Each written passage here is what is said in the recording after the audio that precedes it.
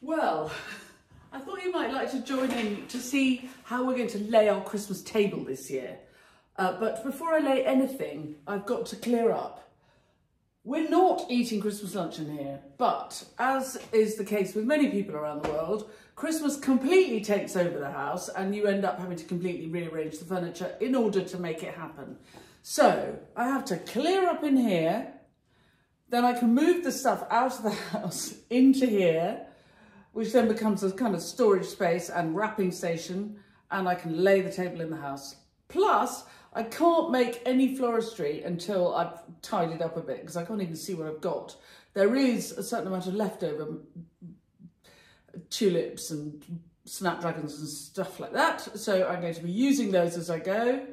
So join me. It should be a fun session and perhaps might inspire you to have a go with your own table. Come on, Christmas. It's only 2 days away. And if you're new to the channel, you're very welcome. Do subscribe, press the bell icon and we'll tell you when we've got more clips coming up. And if any of the tips and tricks we give you along the way are useful, you can always buy me a coffee, or better still, join my club. Most of the time we talk about floristry, growing flowers, small businesses, bit of social media, sometimes books we're reading and that kind of stuff. But today it's all about making the most of what we've got to make the house lovely and cozy and warm and welcoming for Christmas. So come along, let's have a go. No, I don't think I can say that I've broken up for Christmas until this bomb site has been rationalised a bit. I mean, really? Yeah, really. Ugh. Right, that's better. Not immaculate, but at least I can see what's here. And I've got room to make some arrangements for us. And I can move the wrapping station in here and generally move the furniture around so that we've got places to sit elsewhere and unsuitable stuff in here. And now I can see where everything is. There is the Christmas booze. There's the Christmas dog. And here are the dahlias. They stay here, cool in here. But also, look, all the candles now come through to the other side. So let's take them through. Clearly, plenty of wrapping still to do.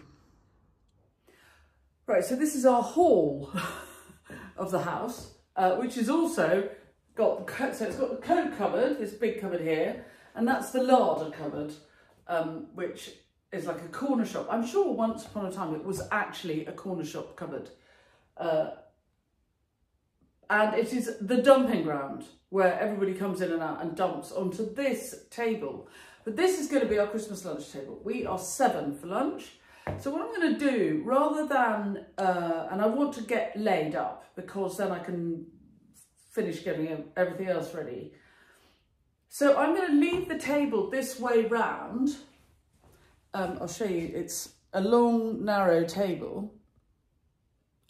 Like that. I'm going to leave it.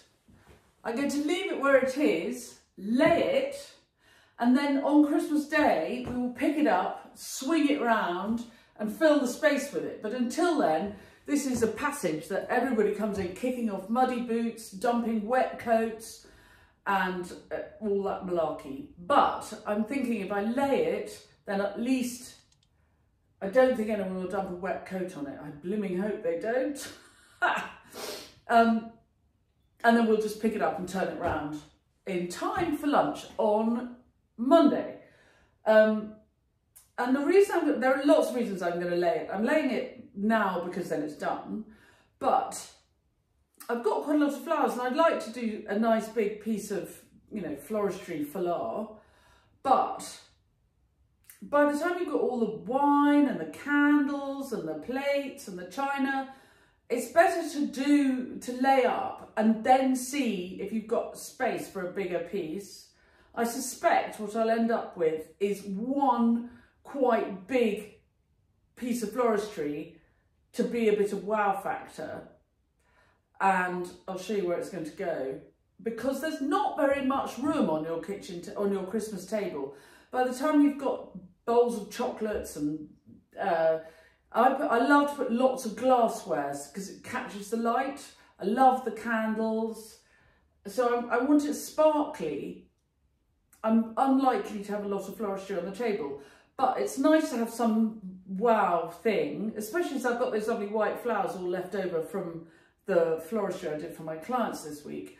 So I'm thinking, but I'm going to lay first and then I'll show you. I'm thinking a big piece to go here.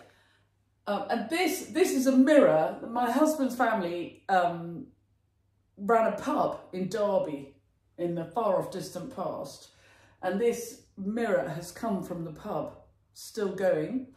And this is a really nice little sideboard. And I'm thinking a big, exciting piece of floristry here will look nice to be looked at, but also will be reflected by the mirror behind. So I might do an urny thing. The other nice thing about an urn shape is you've got room underneath it, so that I've got room to put some, you know, like the cheese board and more bowls of chocolates and some small things, you know, things like the brandy butter can sit here melting through lunch, so that by the time we're ready for it on the table, it's not rock hard out of the fridge, and there'll be room for it under the urn. So that's what I'm thinking we'll do. But let's lay the table first. And I'm really a very big fan of good old double damask. If you ever see good tablecloths, sometimes you see them in second-hand shops. You don't have to have, they don't even need to be tablecloths. Good, lovely old white sheets, sometimes with a bit of embroidery. Really, oh, fantastic. This was my grandmother's, and it's as old as time. And I use it, it's too big for this table. It's too small for the tables in the studio. I don't mind that it's too big. It'll trail on the ground, but it has, the trailing of it gives the whole thing a sort of luxurious feel. And I don't worry either that my ironing is not perfect. There's so much stuff about to go onto this table that it's not about perfect ironing. It's about kind of feeling luxurious. So I'm going to try and see if we can feel luxurious. Right, I'm going to go and get some plates and glasses and things, and we'll see what we've got. Actually, yes, on we go. Now, if you have any china that you only use on really special occasions, I have a bit of my grandmother's. She had this is actually a tea service that had this lovely dragon pattern, blue and white dragon, and I haven't got very much of it, but it comes out for Christmas, and these are the bowls that go down the table, and we fill them with chocolates.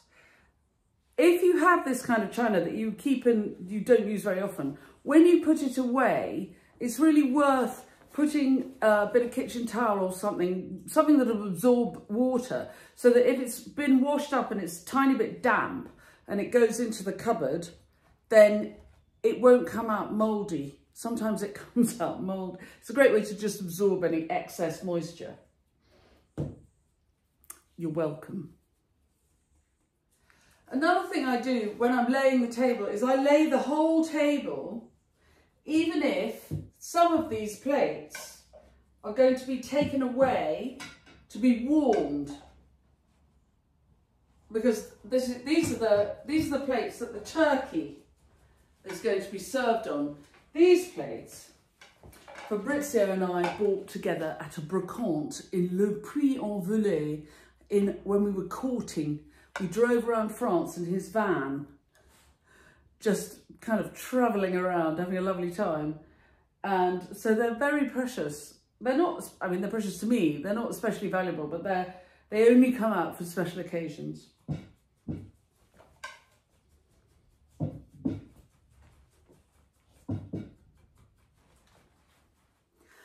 Now, the eagle-eyed amongst you will note that not all my china matches. I'm a big fan of the not being too matchy-matchy.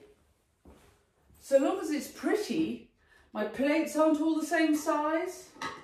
So long as it's pretty and pleasing to my eye, doesn't matter if you like it or not, I'm the one who's going to be here having Christmas lunch, then I am happy. So again, more of Grand's china. I'm getting out the serving dishes because they may, again, I hardly ever use them. Normally we dish up out of the saucepan because we're not very smart people. But we do get the posh serving dishes out just for special occasions. So I'm getting them out and I'm making sure they're clean and ready to go. And I'm just going to put them on the piece of furniture over there so that I know where they are. They're ready to go. Plus they look pretty in the meantime. They kind of catch the light. I don't know, they just look, it makes the house look as though it's not every day. And that's the whole thing about Christmas, is it's anything but every day. Now the candles come off the windowsills where they've been. I lit them all for the solstice. I love a lot of candles down the table. And this one, this was made by my boy at his, I think probably not nursery, but primary school. And every year, look, it gets very used. And out it comes again.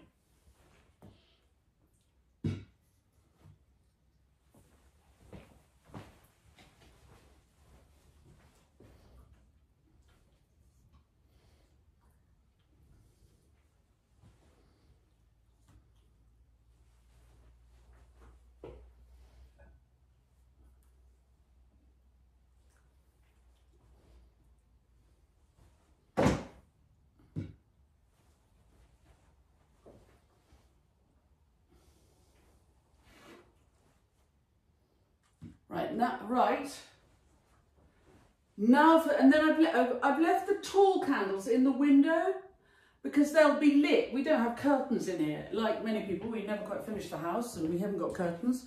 So if you look in the window, there are very tall candles there and there. And they will be lit and they reflect against the window and it's really pretty. So I'm going to keep those there. Right, we need napkins and glassware. More double Damascena napkins. I was up ironing the napkins at 1 o'clock this morning, which is a crazy thing to do. But my son lost his wallet, which meant that he lost his provisional driving licence, which meant that since he was taking his theory test this morning, we had to turn the house upside down to find it.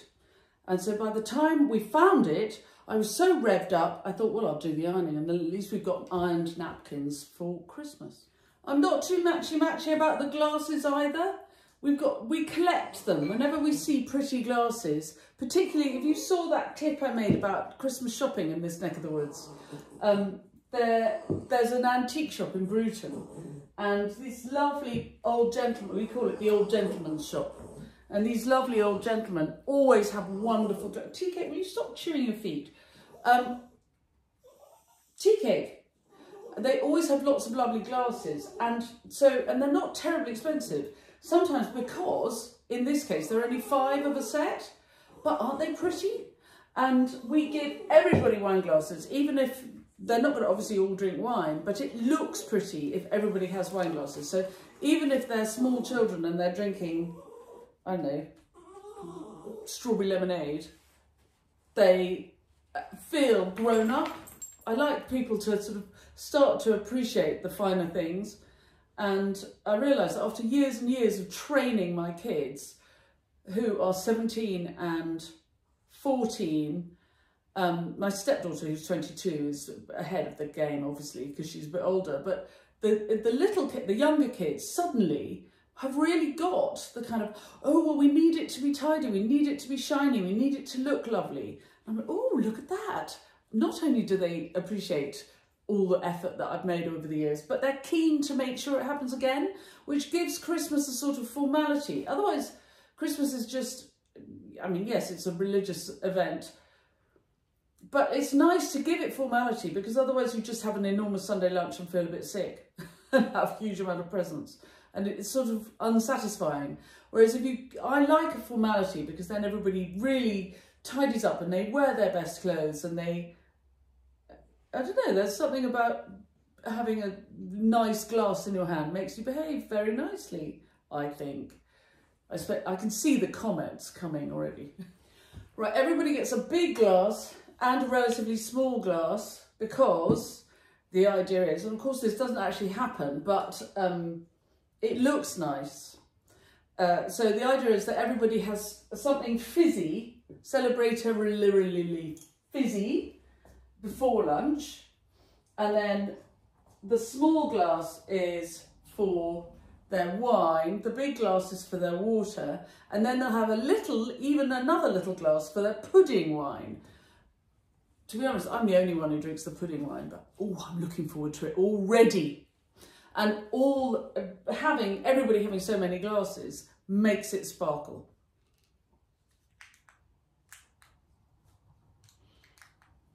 Oh, come on. Now the chocolates are here.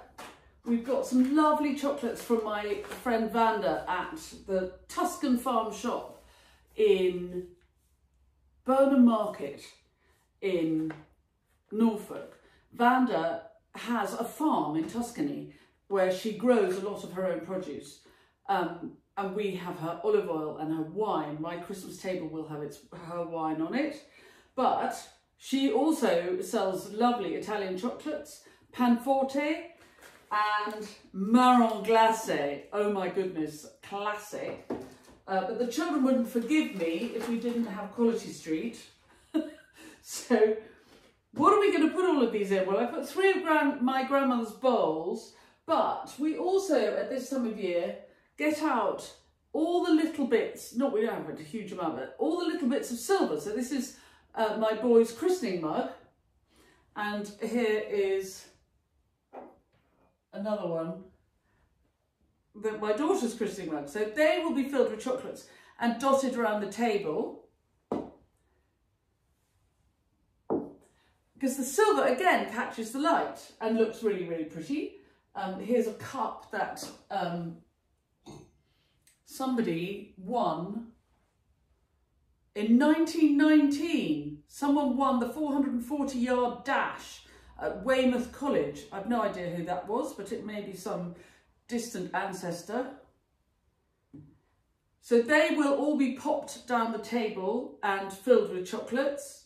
And we need jugs. I'm not putting the knives and forks out yet because I haven't got enough, and we need them in the meantime. But between now and Christmas Day, we can drink water out of Duralex glasses, but I haven't got knives and forks to put on the table yet. So I'm not going to do that. But I am going to put the pretty jugs because they look lovely, and then you can see, and we won't need them between now and Christmas Day. I love these. I love them. Bubbly pink glass jugs. I'm not, look at them, aren't they great? I'm not filling them with water yet, but I'm putting them on the table so I don't forget. And I'm completely run out of room. I really have. I'm going to put them both at one end. No, because you can't see. And this is why, it doesn't matter what the event you're planning, don't get too overexcited about the floristry. What you can find yourself doing is booking huge amounts of flowers and finding there's no room for them all.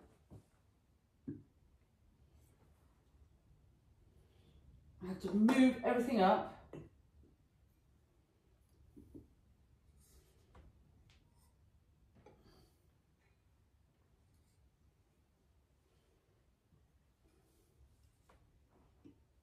There. Just. Right, we're pretty much done. Let's go make some floristry to go at the end here. What do you think? Coming on. Now, I've changed my mind. I know I said I was going to do an urn, but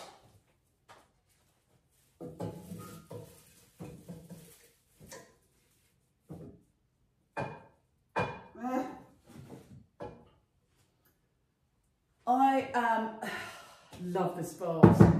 Very rarely use it because it's heavy valuable, well, it's not valuable. I inherited it from a cousin, a lovely man called Lennox.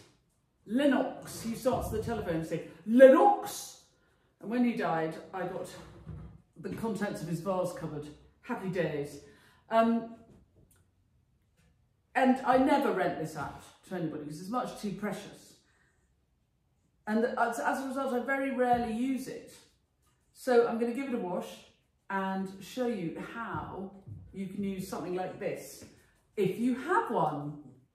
Now you can imagine how a vase this big, if it were filled with water, would be too heavy to move around. So I'm not going to fill it with water, I'm going to fill it with more vases. Look.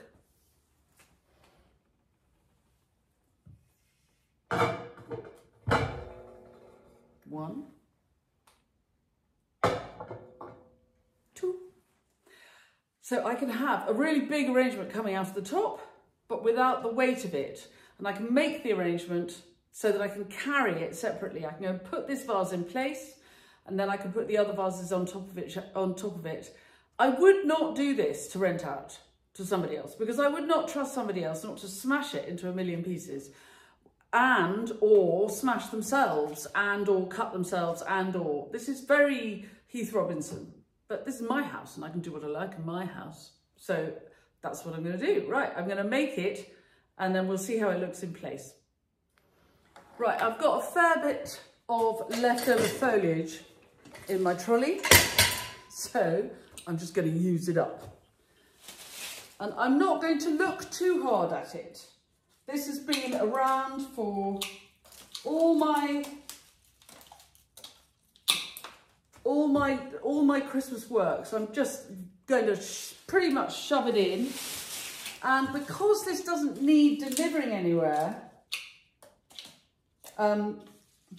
it can be quite lean out a fair bit, because I can make sure it doesn't fall out.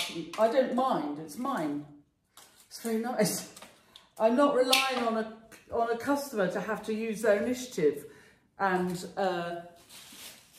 you know, and understandably customers are often very busy doing their own thing, and that's why they ask a florist to create work for them. That's my job, is to make the life of my customer easier. But as the florist in my own house, I don't have to consider myself. I don't have to think, oh, will she have time to look after it? Is it going to stand up all right? You know, is it going to be what they expect it to be? I know what it's going to be. So I'm very happy to just use. So I've got a bit of bay and a bit of gristolinia. I tell you what, I've not got any. It's Christmas and I've got no mistletoe in the house, which is very odd. I think I've missed my window for the mistletoe, but there we go, never mind. I have one tree in the garden. I used to have a tree with mistletoe on it, but then the house started falling down and the insurance people said it was the fault of the apple tree, so they made us cut it down. And then they dug a hole and said, oh no, it wasn't the apple tree, it was the field acer. So it's a shame, that was a 100-year-old apple tree, went the way of all things, because the insurance people couldn't be bothered to do their job properly. Yes, yes, yes, I know. Anyway, so I have no mistletoe, but never mind. We're in Somerset. I should be able to get some, but the mistletoe grows here, grows in Somerset's an enormous county, and the mistletoe grows in great quantities much further west from here. Tant pis, we'll live without the mistletoe. So, got a little bit of foliage, that's plenty. And now I'm going to use up the leftovers of all the flowers I've got. I've got some, I need my bucket. The last of these lovely white snaps. My house is cold enough that these will very likely last until the new year. And it is the 23rd of December today. So what you have to do is, if you've got flowers that you want to last through Christmas and the new year, please don't be cross with your florists if they don't. Consider how hot your house is, 1. But 2, keep the water fresh.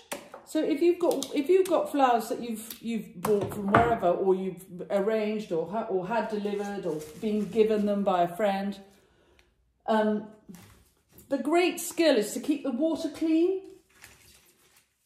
So I will pour the water out of this from time to time. I will take the whole lot out, pour the water out, and give my flowers a clean vase and clean water. And I will re-snip the stems a couple, and half a centimetre off each time I re-snip them. And every time I do that, I'm reopening the way in for the water. The cellular drinking cells will be reopened so that the water can climb up to the flower heads. And that will really transform how the flowers last for you. If you have flowers in the house over Christmas, you're welcome. And I'm also, you'll notice, really stripping the stems. And again, the cleaner the stems, the less material in the water that can rot, the longer the flowers will last. So try and keep your stems really clean.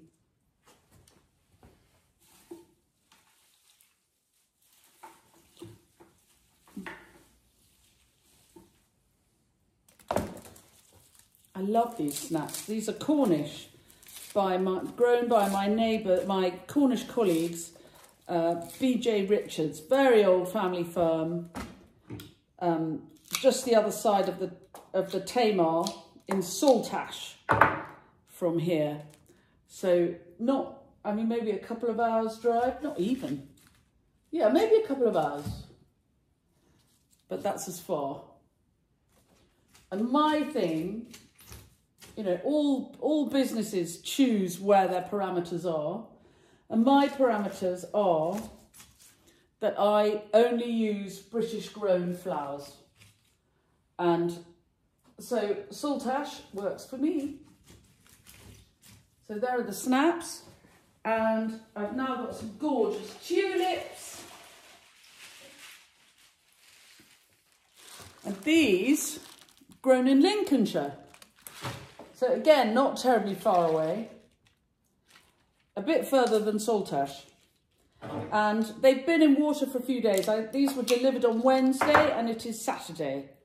And so I'm just re-snipping the stems of them all so that I'm reopening those cellulose drinking cells. Right, I'm going to turn this off for a little while and finish off, and then I'll show you when I've finished. Okay? So tiny bit leftover feverfew going in, just a bit of froth.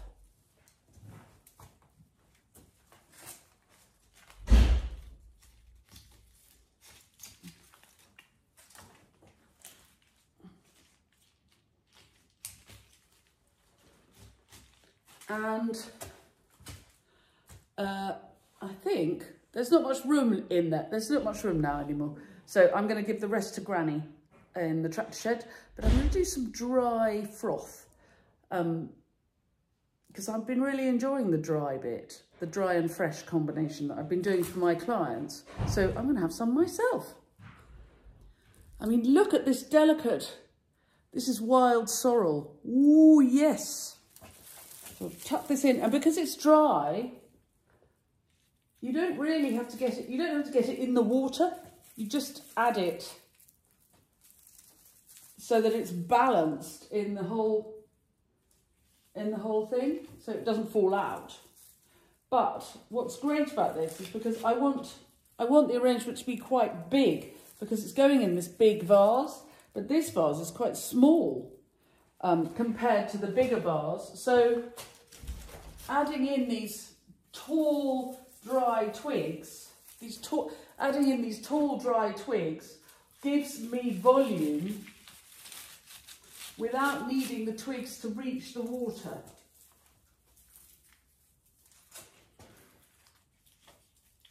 And of course these won't die, these will just sit there, they're already dead.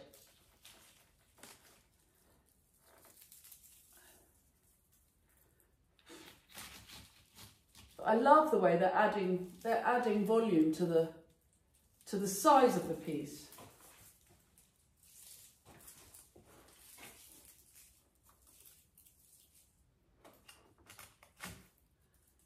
Which will then work really well with the big vase. Hello. Waving from the back here. And the other thing I really love is, oops, tuck you in. The other thing I really love in a big arrangement like this, I'm just loving the grass. So we'll have some grass, sorry, walking in front of you like this. This is good old Carl Förster, and I only cut it a week or so ago, and it's been sitting very happily in the plant, despite the wind and rain and weather. And again, you don't need to shove the grass so that it's in the water. You can just balance it so that it doesn't fall. Excuse me.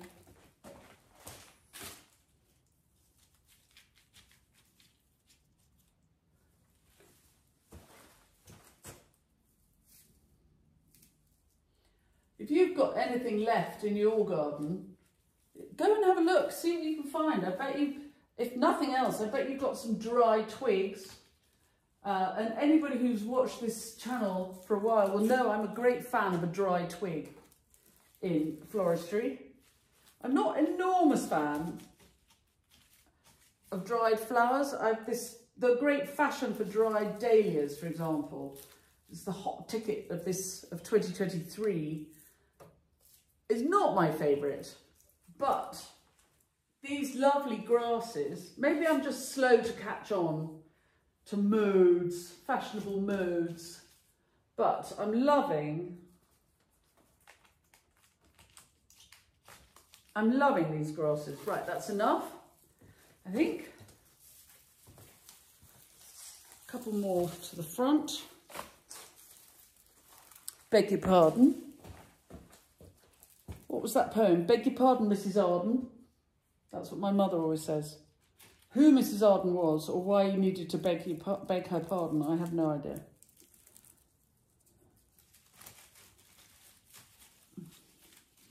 There, and they will catch the light when I pop them.